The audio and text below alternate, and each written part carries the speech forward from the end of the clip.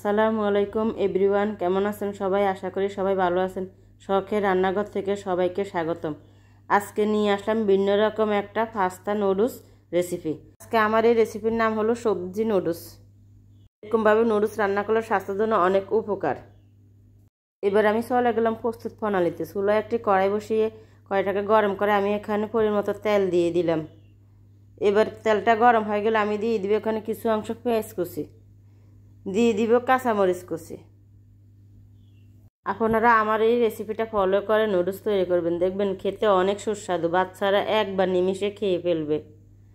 এবার আমি এখানে দিয়ে দিচ্ছি কিছু অংশ আদা পেস্ট, দিয়ে দিচ্ছি কিছু অংশ রসুন পেস্ট এবং স্বাদ মতো লবণ,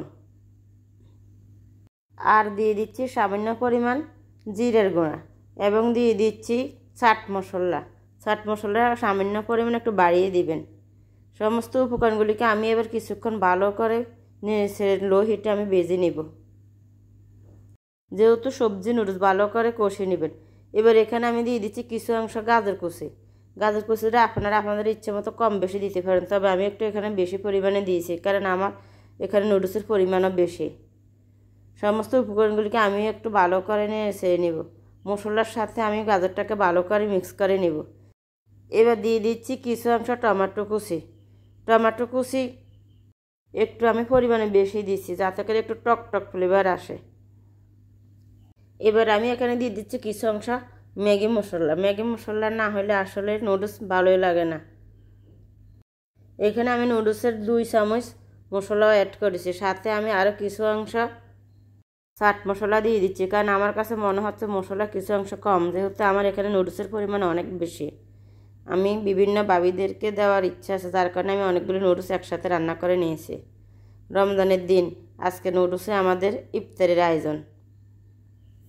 আরও দিয়ে দিচ্ছি এখানে সিদ্ধ করে রাখা আলু এবং 2 আইটেমের সিম। সবজিগুলিকে আমি আগে থেকেই সিদ্ধ করে ঠান্ডা করে রেখেছি।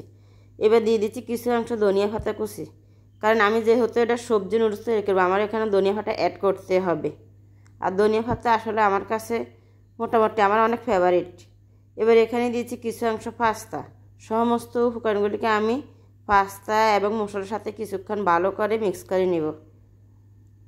এবার আমার সিদ্ধ করে রাখা নুডলসগুলি আমি এখানে অ্যাড করে দিচ্ছি এক এক করে সবগুলি।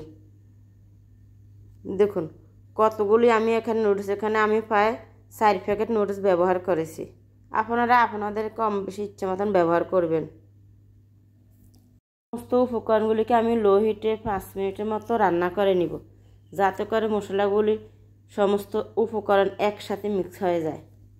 দেখুন একটু সময় করে লো হিটে নুডলস এবং সবজিগুলি একবারে পরিপূর্ণভাবে মিক্স করে নেবেন। বারবার এগুলিকে নাড়াচাড়া করে মিক্স করে নেবেন। আমার আজকে নুডলসটা আমার কাছে অসাধারণ লাগছে। সবসময় তো আমরা মুরগি, গরু, তারপরে ডিম দিয়ে নুডলস রান্না করে থাকি। আজকে একটু ভিন্নভাবে রান্না করছি সবজি দিয়ে।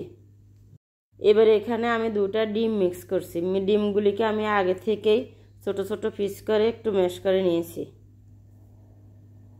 দেখুন আমার নুডলস রান্না করা হয়ে গেল। এবার আমি চলে যাব পরিবেশনের জন্য।